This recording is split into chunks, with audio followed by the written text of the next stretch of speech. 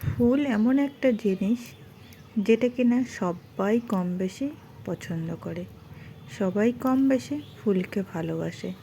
ফুলের সৌন্দর্যটা এতটাই মুগ্ধ হয় সবাই, ফুল নামক কথাটা শুনলেই সবার মনে যেন অনেক রকমের খুশি চলে আসে। তো দেখো বন্ধুরা, আমাদের ছাদ বাগানে এই ফুলগুলো হয়েছে।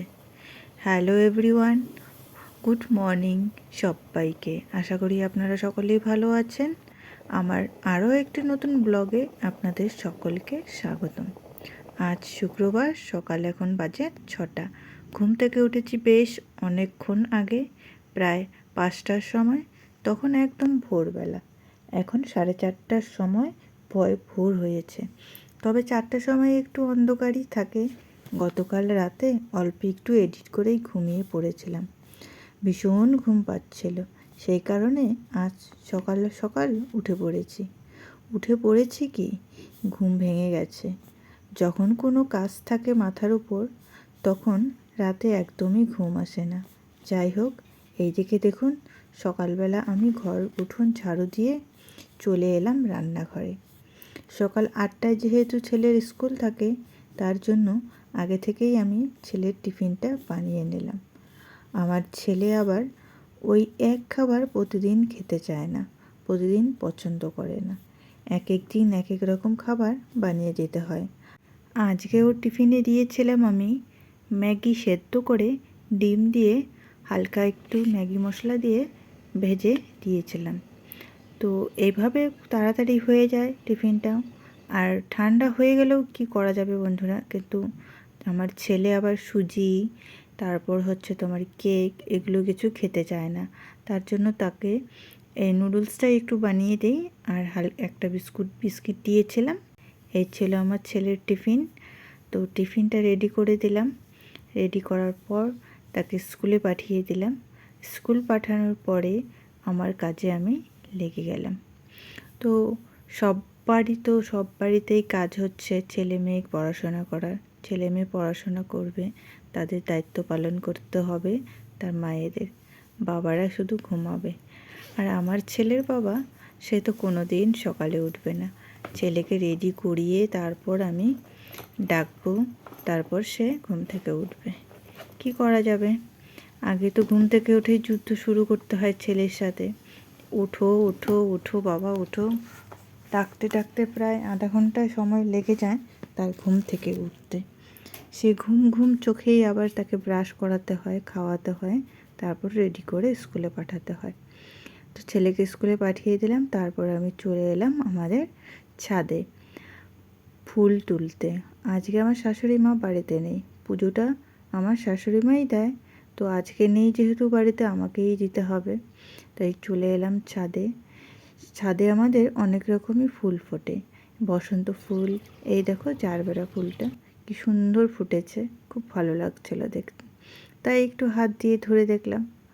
আর হচ্ছে তোমার বসন্ত ফুলটাও উঠিয়ে নিলাম। আর এই ফুলটা হচ্ছে কি বলো তো বন্ধুরা? গেস করো, এনি গেছ। এইটা হচ্ছে তোমার জুঁই ফুল। এই ফুলটার এত সুন্দর সেন্ট, ঘরে পুজো দিলে আসনের মধ্যে সারা ঘর সেন্টে ভরে যায়। তো বাস, ফুল তোলা হয়ে গেল। এদিকে ঠাকুরের সব বাসনপত্র মেজে নিয়ে চলে এসে আমি পুজোটাও দিয়ে দিলাম। তো পুজো দিতে দিতে আমার এইদিকে আবার অনেক কাজ পড়ে আছে, তাড়াহুড়ো করে পুজোটাও দিয়ে দিলাম। আমার এখনও ঠাকুরঘর সেরকমভাবে রেডি হয়নি, আনকমপ্লিট হয়ে পড়ে আছে। তাই এখনও হচ্ছে আমার শাশুড়ি মা যে ঘরে ঘুমোয় সেই ঘরেই আমার ঠাকুর রাখা আছে আপাতত। যখন আমার কমপ্লিট হবে ঠাকুরঘর, তখন আমি তোমাদের সবাইকে আমার ব্লগে দেখিয়ে দেব। তো তারপর আমি চলে এলাম রান্নাঘরে। পুজো দেওয়া কমপ্লিট হয়ে গেল। এদিকে বরমশাই কতগুলো ভুট্টা কিনে নিয়ে এসেছিল। তো সেখান থেকে ভুট্টা কয়েকটা বেশি শক্ত হয়ে গিয়েছিল, কচি যেগুলো ছিল ওগুলো তো পুরা দিয়ে খাওয়া গিয়েছে, খেয়েছি।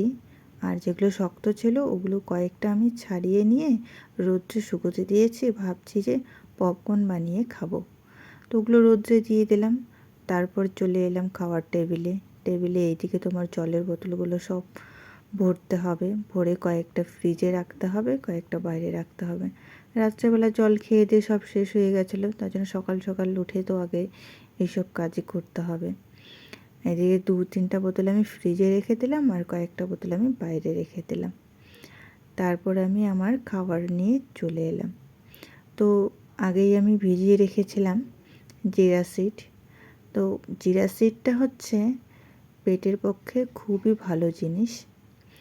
তার মধ্যে আমি আবার দেখো এইদিকে রান্না করব কি মাছ, সেটা ডিপ ফ্রিজে রাখা আছে, তাই আমি একটু আগে থেকেই বের করে রেখে দিলাম, যেহেতু বরফটা একটু গলে যায়। আর রান্না করার সময় সাথে সাথে বের করলে আবার তোমার হচ্ছে বরফ গলতে চায় না, অনেকটাই বরফ জমে থাকে, ভাজতে গেলে অসুবিধা হয় মাছটা। তারপরে আমি হচ্ছে এনেছিল বর হচ্ছে 2টা বিস্কুটের প্যাকেট, সেগুলো ভরা হয়নি। আর আমাদের বাড়িতে বিস্কুট সবসময় আনা থাকে। বাড়িতে যেহেতু 2 টাইম চা খেতে হয়, চা খাওয়া হয়, তার জন্য বিস্কুটটা সবসময় আনা হয়ে থাকে। এইদিকে ছোট বিস্কুটের প্যাকেটটা এনেছিলাম ছেলের জন্য, ও একটু মিষ্টি বিস্কুট খেতে পছন্দ করে, তাই মিষ্টি বিস্কুট নিয়ে এসেছি। ওই একটুখানি হরলিক্স ও বোর্নভিটার সাথে গুলিয়ে খায়, তাও মাঝে মধ্যে। প্রতিদিন বন্ধুরা একদমই খেতে চায় না আমার ছেলেটা, জানো শরীরের অবস্থা কি, না খেয়ে কি হচ্ছে সেটা তোমরা আমার ছেলেকে দেখলেই তো বুঝতেই পারো। এইদিকে সবাই বলে মা বাবা খেয়ে খেয়ে মোটা হয়ে যাচ্ছে, ছেলে অথচ মোটা হতে পারছে না। আমার ছেলেকে কি আমি না খাইয়ে রাখি সেটা বলো?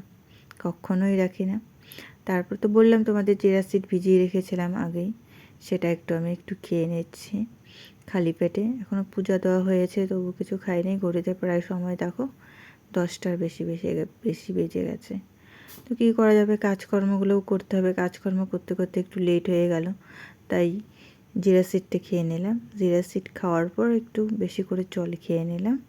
তো জল খাওয়ার পর ভাবলাম এখন আর কি খাবো, একটু চা করেই খাই। যেহেতু শাশুড়ি মাও নেই, ছেলেও স্কুল চলে গেল, শুধু ওর বাবা আছে, বাবা দোকানে আছে, ও তো চা খায় না, চা পছন্দ করে না। আমিও সেরকম একটা চা পছন্দ করি না, কিন্তু আজকে একটু ইচ্ছে হলো একটু চা খাই বানিয়ে বিস্কিট দিয়ে। বিস্কিটটা দেখলাম না খুব ভালো আছে, আজকে একটু বিস্কিটটা অন্যরকম নিয়ে এসেছিলো। বিস্কুটটা দেখেই খেতে ইচ্ছে করছিল, তাই ভাবলাম আমি 2টো বিস্কিট দিয়ে একটু চা খেয়েই নিই। তারপর চা খাওয়া দাওয়া হলো। বন্ধুরা তোমরা কে কে পছন্দ করো সকাল বিকাল চা খেতে? আমি কিন্তু বিকেলে খাই না, সকালেই খাই। হঠাৎ সব সময় না, চা খাওয়ার একটা নেশা হয়ে যায় বন্ধুরা, জানো। যারা চা খায় দেখবে তাদের সকালবেলা হলেই চা লাগবেই, বিকেল হলেই চা লাগবেই। যেমনটা আমার শাশুড়ি মা আছে, সকাল বিকেল 2 টাইমই চায় দিতে হয় তাকে। তারপরে এইদিকে দেখি আবার দোকানের শাটার ওঠানো হয়েছে, কেচি গ্রিল এখনও খোলা হয়নি।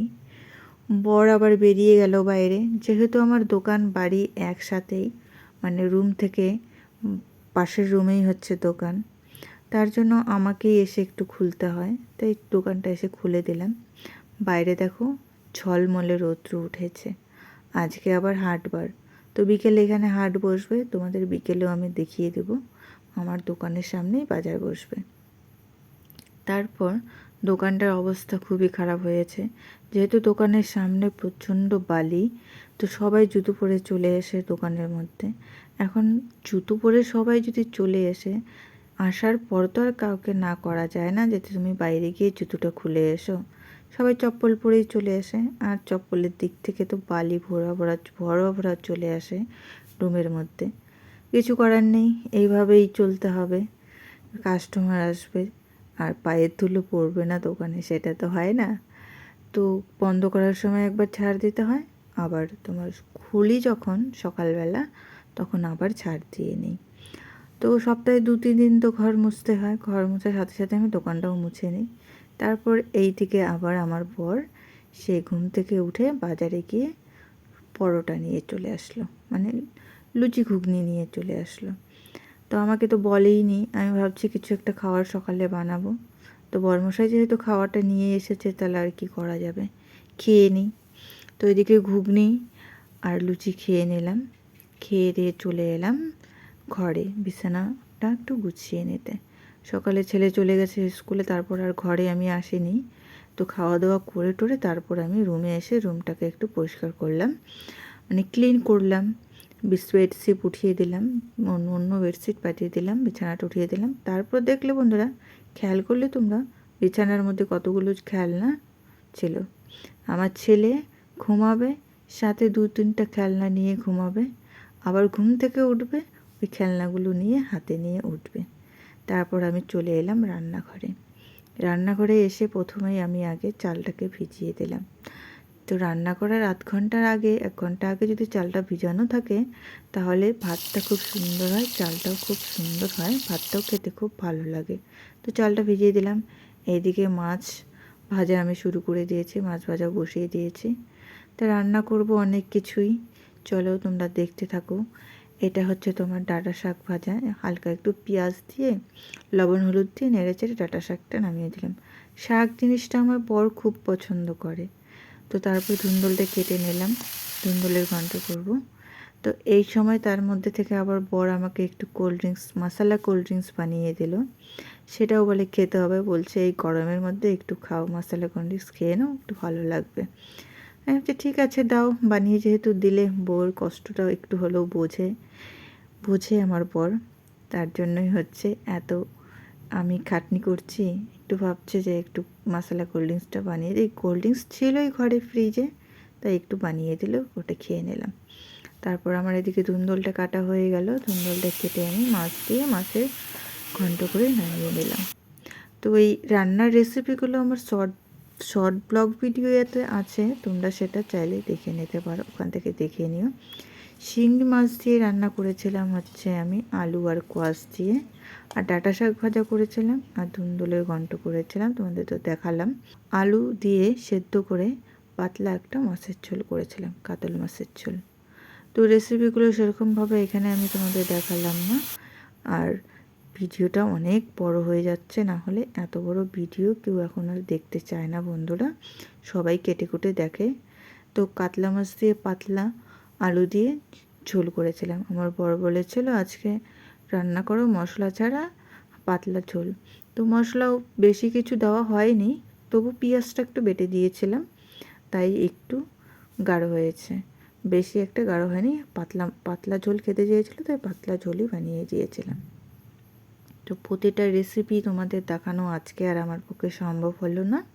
তো পাতলা মাছের ঝোল করেছি, দেখতে খুব সুন্দর হয়েছে, আর কোনো মশলা ছাড়াই, মানে হালকা মশলা দিবে, একবার মশলা ছাড়াও তো একেবারে ভালো লাগে না। তো হালকা একটু জিরের গুঁড়ো দিয়েছি আর পেঁয়াজ বাটা দিয়েছি, ওই দিয়েই করে নিয়েছি রান্নাটা। তারপর আমার রান্না এইদিকে হয়ে গেল কমপ্লিট। চলে এলাম বাইরে, এখানে এসে দেখি এনারা আমার জন্য বসে আছে, মানে আমার বাড়িতে যে অ্যাকোয়ারিয়াম আছে মাছের, মানে সামনে দিয়ে হেঁটে গেলেই তারা বুঝতে পারে তাদেরকে খাবার দিতে হবে।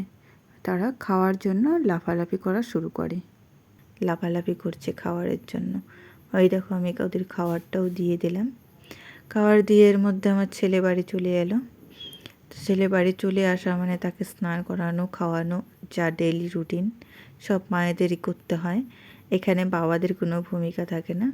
তারপর তার বাবা, আমার হাজব্যান্ড, স্নান করতে চলে গিয়েছে দুপুরবেলা। দুপুর বাজে এখন 2:30 থেকে 3টে, 2:30 থেকে 3টের মধ্যেই আমাদের দুপুরের খাওয়া দাওয়া হয়। ছেলে বাড়িতে আসে, তারপরেই খেতে বসি আমরা সবাই।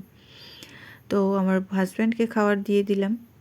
তো দেখো কী কী রান্না করেছি তোমাদের তো আগেই বললাম, তো দেখানো হয়নি। এই যে শাক ভাজা, সাথে আছে লেবু, আর কাতলা মাছের পাতলা ঝোল, আর এটা মাছের তেল করেছিলাম, ওটা তোমাদের দেখানো হয়নি। আর করেছিলাম ধুন্দুলের ঘন্ট। আর বলেছিলাম তোমাদের বিকেলে এখানে আমাদের দোকানের সামনে হাট বসে, মানে যেহেতু আমার দোকান, বাজার, বাড়ি সব একসঙ্গে, তাই একসঙ্গেই সব কিছু তোমাদের দেখিয়ে দিলাম। বুঝতে পারলে বন্ধুরা? তো দেখো এই যে দেখো সামনে জায়গাটা দেখছো ফাঁকা, এখানেও কিন্তু সবজির দোকান বসে, তবে আজকে আসেনি। কেন আসেনি সেটা আমি বুঝতে পারছি না, আর জানি না, হয়তো কোনো রকম প্রবলেম আছে তাই আসেনি। তো যাই হোক, আমার এই ব্লগ ভিডিওটা তোমাদের কেমন লাগলো?